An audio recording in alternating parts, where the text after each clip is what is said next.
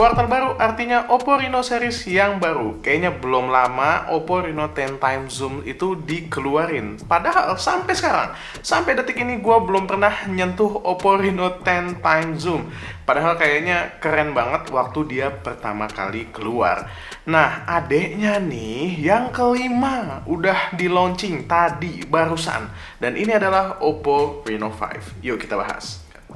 Beruntung banget emang beberapa seri Reno terakhir gue dikirimin sama Oppo, dan termasuk Oppo Reno 5 ini juga gue dikirimin sama Oppo dan berhasil nyobain duluan beberapa minggu sebelum kalian bisa beli handphone ini. Enak kan jadi reviewer? Kalau Oppo Reno 4 kemarin punya box yang ala anak muda banget dengan banyak grafis keren, Oppo Reno 5 kali ini ngasih kesan simple di boxnya.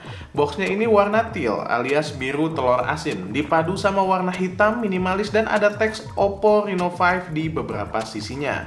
Kayak Reno series lainnya, bagian luar box ini cuma sleeve aja, yang di dalamnya ada box aslinya dengan warna full hitam. Simplicity at its best lah ini. Di dalam kemasannya ada beberapa aksesoris seperti SIM card ejector, earphone, kabel charger Type-C dengan aksen hijau di bagian dalam ujung Type-C-nya, dan juga charger. Ya, masih dapat charger. Nggak sembarang charger, yang dikasih juga charger 50 watt flash charge yang bisa ngisi daya baterainya yang 4310 mAh ini dari 0% sampai 80% cuma dalam waktu setengah jam doang. Oh ya, ini ketinggalan. Ada juga soft case bening yang kualitasnya menurut gua ya standar aja kayak soft case biasanya. Ini dia bintang utamanya. Ketika video ini dibuat, gue belum tahu harganya berapa, tapi gue dapat bocoran. Katanya ada di angka 4 juta sampai 5 juta. Yang gue pegang ini adalah Oppo Reno 5 dengan warna Fantasy Silver dengan varian RAM 8GB dan storage 128GB. Ngomong-ngomong, ini adalah Oppo Reno 5 yang 4G, bukan yang 5G. Karena kabarnya bakalan masuk 3 varian. Yang ini 4G, yang 5G, dan satu lagi yang sampai video ini dibuat pun gue belum tahu apa. Oppo Reno 5 ini punya dua warna, Starry Black dan juga Fantasy Silver. Yang ngebedain itu ada di finishingnya. Starry Black finishingnya glossy, sementara si Fantasy Silver ini finishingnya anti sidik jari klub alias matte. Warna dari Fantasy Silver ini cakep, pakai banget. Oppo bilang sih efek kilauan kayak berliannya ini dibuat dari 6 tingkat lapisan pewarnaan. Apapun itu bener atau enggak ya kita percayain aja lah ya sama yang buat. Yang pasti waktu dipegang bodi bagian belakang ini punya tekstur yang kayak pasir-pasir gitu. Ingat gak sih mainan waktu zaman SD tahun 90-an sampai 2000-an yang tinta timbul dan ada glitter-glitternya? Nah, teksturnya ini ketika dipegang mirip kayak megang si glitter-glitternya itu, cuma ini lebih lembut. Teksturnya ini juga bikin sidik jari kita nggak ketinggalan di bodi belakangnya Oppo Reno 5. Bodinya juga udah lumayan tipis, kata Oppo sih cuma 7,8 mm dan berat 171 gram.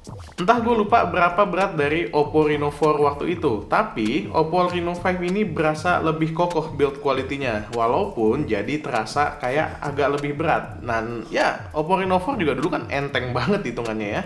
Untuk bagian frame luarnya punya warna chrome gitu meskipun kayaknya bukan metal, karena gua nggak nemu ada garis antena di framenya ini. Tapi finishing metalik kayak framenya ini gampang banget kebaret kalau kalian menggunakan hard case, apalagi kalau nggak pakai case sama sekali. Jadi gua sangat menyarankan kalian bijak-bijak dalam memilih case, dan gue juga sangat menyarankan kalian untuk memilih case yang jenisnya soft case. Frame ini juga ternyata punya finishing pinggir yang agak kasar, jadi kalau gue pakai HP ini tanpa casingnya, jari yang nyenggol port-port di bawah tuh terasa lumayan keganggu. Jadi saran gue pakai aja casing bawaannya. Di bagian kanan dari bodinya kita bisa temuin ada satu tombol aja, tombol power yang punya aksen garis hijau ala Oppo banget. Di bagian kiri ada SIM card tray dan volume rocker up dan down.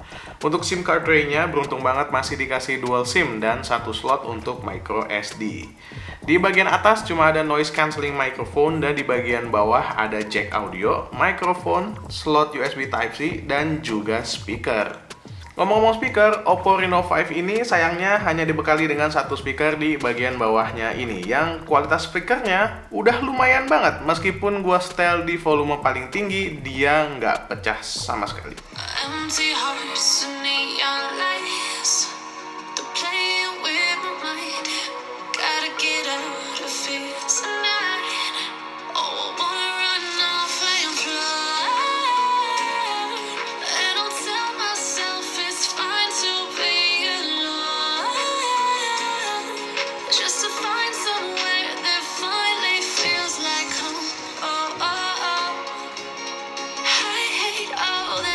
Untuk bagian depan layarnya, ini udah dikasih panel AMOLED dengan proteksi Corning Gorilla Glass 5. Ingat, meskipun udah pakai Corning Gorilla Glass 5, layar HP ini bukan berarti kebal gores 100%. Jadi bisa tetap tergores juga walaupun punya pertahanan tinggi kayak gini. Gua saranin kalian tetap beli tempered glass lah buat pelindung tambahan. Oppo juga udah pasang anti gores bawaan di handphone ini. Tapi kalau kalian pengen perlindungan yang lebih maksimal, gua sangat menyarankan kalian beli lagi tempered glass sesuai dengan budget kalian supaya lebih terlindungi lagi layarnya, nggak gores-gores. Jangan sampai ntar udah baret halus baru nyesel. Sedih.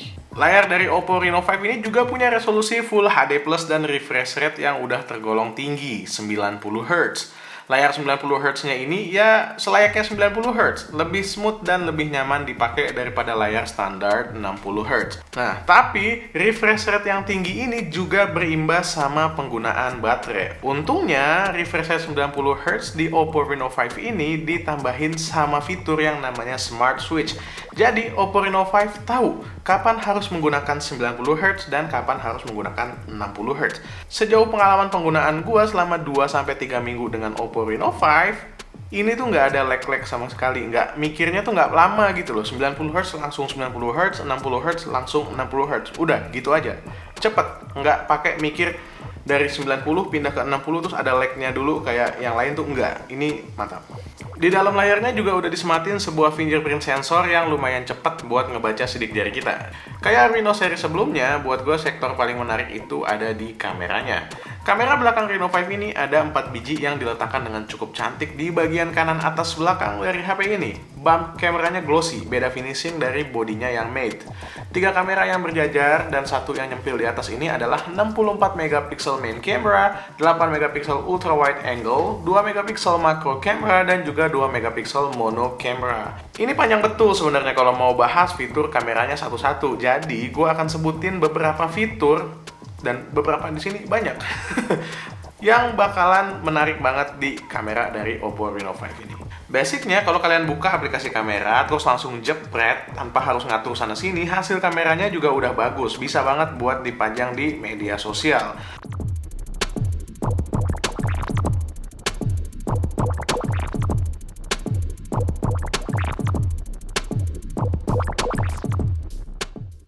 Lensa ultrawide 8 megapikselnya juga udah menghasilkan gambar yang bagus meskipun punya kualitas yang pastinya di bawah kamera utamanya. Dynamic range juga cakep tanpa harus nyalain fitur apa-apa. Kelihatan di sini terangnya cahaya matahari atau lampu dan gelapnya bayangan itu masih bisa diangkat secara seimbang. Bisa ditangkap tanpa ada salah satu yang terlalu gelap atau terlalu terang.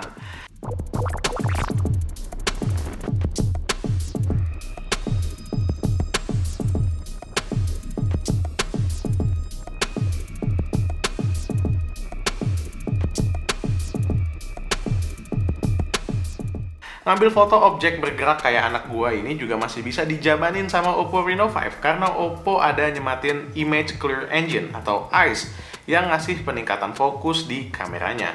ICE ini juga improvement buat foto-foto sambil jalan, misalnya ketika kita lagi nggak bisa berhenti sejenak buat foto gitu.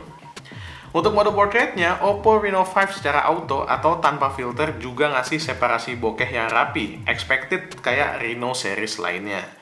Mode portrait ini juga punya filter yang sama seperti di Oppo Reno 4. Hasilnya gimana? Ada peningkatan nggak dibandingin pendahulunya? Jujur aja gue lupa dan sekarang nggak pegang side by side, tapi menurut gue keduanya sama-sama bagus. Sekarang beralih ke fitur-fitur yang ada di videonya. Basicnya, tanpa diapa-apain, videonya hasilnya kayak begitu. Video dengan Oppo Reno 5 tanpa menggunakan filter apa-apa. Hasilnya kayak begini. Ini pakai kamera belakang, lensa wide dari auto, nggak pakai filter apa-apa.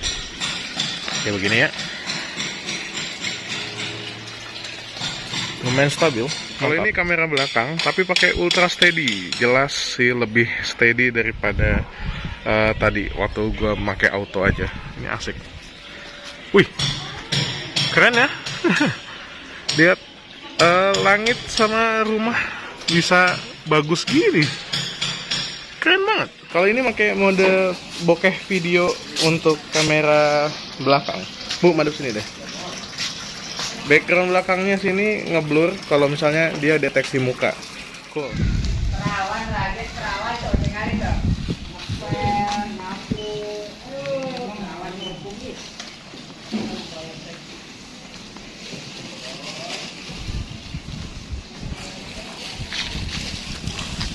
Satu hal menurut gua yang perlu diimprove di bagian videonya itu adalah di mikrofonnya. Mikrofon dari Oppo Reno 4 ini masih sering nangkep noise alias suara-suara berisik dari sekitar kita. Jadi suara kita kadang-kadang itu ketutupan sama suara berisik-berisik yang tadi. Ya kalau dipakai buat ngevlog atau kalau dipakai sambil ngomong yang harus serius atau bikin video yang ngomongnya itu harus benar-benar bisa ditangkap sama kamera, Oppo Reno 5 ini masih perlu improvement lagi. Meskipun udah tergolong bagus. Fitur-fitur baru di video untuk Oppo Reno 5 kali ini juga udah banyak banget. Beberapa yang menarik perhatian gua itu antara lain AI Mix Portrait yang ngasih video double exposure tanpa ribet-ribet ngedit kayak begini.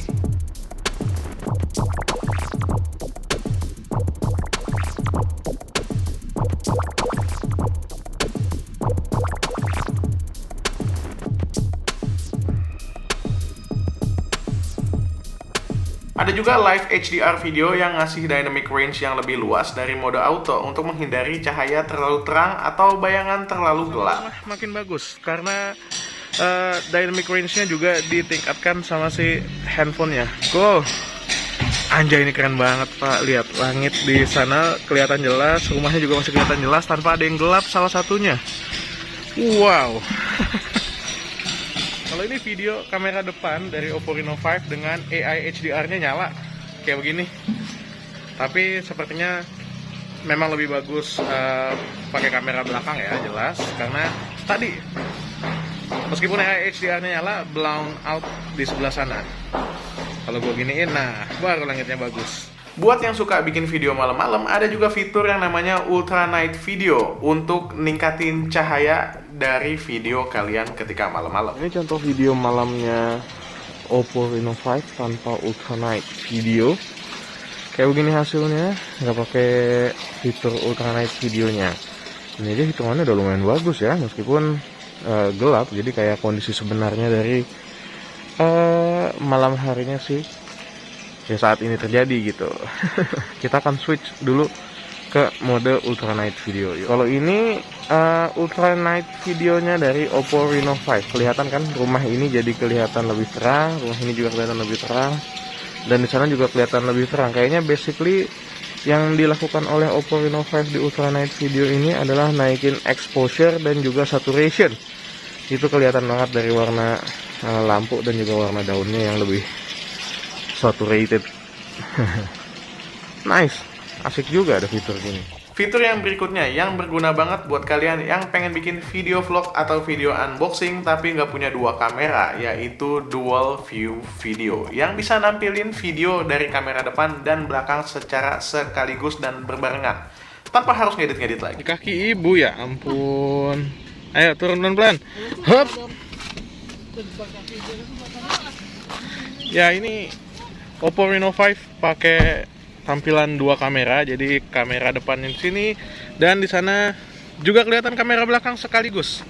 Keren juga kayak gini ya. Kalau mau ngevlog jadi nggak perlu ngedit lagi, dua kamera kayak gini nggak perlu pakai dua kamera, langsung bisa. Untuk stabilisasinya kayaknya juga lumayan bagus. Dynamic range-nya untuk kamera belakang lihat langit jelas bagus, tapi kamera depannya agak blown up karena fokusnya ada di muka doang, di langit di belakang itu putih semua. Untuk kamera depan 44 megapiksel dari Oppo Reno 5 ini ngasih kualitas foto yang nggak kalah dari kamera belakangnya. Karakteristiknya mirip. Untuk mode portrait juga ngasih hasil yang nggak kalah rapi bokehnya dari kamera belakang. Oh iya, AI Color Portrait juga bisa dipakai di mode portrait kamera depan. Atau video di Oppo Reno 5 dengan AI Color Portrait. Jadi yang ada warnanya itu yang orangnya doang, backgroundnya apa sih namanya, grayscale. Bu, coba hadap sini. Nah tuh, cakep ya. Wow. Jadi biar perhatiannya ke kita doang, nggak usah ke belakang. Video kamera depan udah stabil, namun masih agak sering ngasih gambar yang blown out, khususnya kalau kamera menghadap matahari. Ini keren banget, dynamic range-nya juga udah cukup baik, stabilisasinya juga udah cukup baik. Lihat, di bagian belakang, ini nggak pakai filter apa-apa, tapi udah lumayan bokeh di belakang. So, this is really good. Cuma kadang-kadang kalau fokusnya di muka, di bagian awan ini masih agak suka blown up.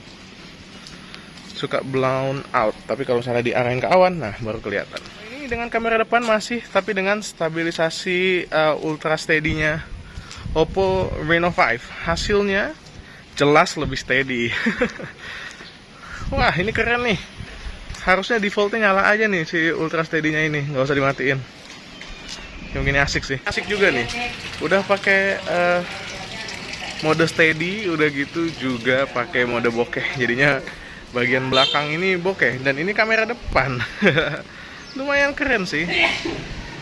Cool. This one's great. Sekarang kita bahas performanya. Mungkin banyak dari kalian yang ketika tahu SoC dari Oppo Reno 5 ini langsung ragu-ragu dan mikir, Oppo kenapa ya? Kenapa SoC-nya sama kayak Reno 4? Sama. Gue juga tadinya mikir begitu. Tapi setelah megang 2 minggu, semua pikiran itu berubah. Karena ternyata gue baru sadar belakangan kalau Snapdragon 720G itu masih bisa banget dimaksimalin. Misalnya di sektor kamera dengan fitur tambahan yang ada kayak tadi, tambahan refresh rate dari 90Hz dan juga lain-lain. Karena SoC-nya sama dengan pendahulunya, mungkin expect aja kualitas gamingnya itu akan mirip-mirip sama Oppo Reno 4. Nggak bakal beda jauh. Gue udah nyobain main Genshin Impact di settingan medium dan hasilnya ya mirip kayak Oppo Reno 4. Bisa dimainin tapi tidak terlalu lancar. Untuk video niksanya tungguin aja. Kalau kalian emang pengen silahkan tulis di kolom komentar dan insya Allah gue akan bikinin sebelum handphonenya ditarik lagi sama Oppo. Yang menarik itu sebenarnya ada di cooling systemnya. Selama gue mainin Genshin Impact dengan Oppo Reno 5 ini, badannya itu lebih adem dan gak terlalu demam ketimbang seri pendahulunya. Katanya Oppo Reno 5 ini juga udah dikasih multi cooling system yang gua nggak tahu itu di dalamnya kayak gimana. Yang jelas ketika gua mainin Genshin Impact dan dipegang bodi belakangnya, ini lebih adem dari pendahulunya. Untuk baterainya sendiri bisa bertahan 1 hari banget dengan penggunaan gua yang cukup ringan dengan gaming sesekali aja. Yang seru sebenarnya chargingnya yang juga cepet banget. Penuh dalam waktu nggak sampai 45 menit lah ketika gue isi dari angka 15%. Dan terakhir nih, yang paling banyak dicari sama orang-orang dan kaum mendang-mending, Oppo Reno 5 udah punya NFC, jadi kalian bisa lebih tenang kalau harus berperjalanan lewat tol. Jadi, apakah dengan harga 4-5 juta, Oppo Reno 5 ini worth untuk dibeli? Jawaban gue tergantung. Kalau kalian pengen performa gaming yang top of the top, Oppo Reno 5 ini bisa jadi kurang cocok buat kalian. Tapi kalau kalian yang pengen punya handphone, semuanya bisa dan punya body tongkrongan yang enak banget, asik nih, cakep dilihat kayak gini, Oppo Reno 5 bakalan cocok untuk kalian pegang. Oh iya, gue juga mau ngingetin kalau Oppo Reno 5 ini ngandelin banget fitur-fitur di kameranya. Jadi kalau kalian yang pengen beli handphone tapi nggak bisa memaksimalkan kameranya, itu sayang banget karena fitur kameranya itu udah bejibun kayak yang tadi udah gue jelasin. Jadi buat kalian yang emang niat beli handphone ini, kalian harus cobain dan eksplorasi sendiri gimana fitur-fitur di kameranya itu bekerja. Oke, itu aja tadi video dari main lagi tentang Oppo Reno 5. Semoga bisa jadi gambaran dari kalian yang masih bingung antara beli Oppo Reno 5 atau nggak beli. Kalau kalian suka sama video ini silahkan di like. Kalau kalian gak suka, kalian tahu apa yang harus kalian lakukan. Gue Dian dari Main Lagi pamit. Assalamualaikum warahmatullahi wabarakatuh. Bye. Bukan punya gue.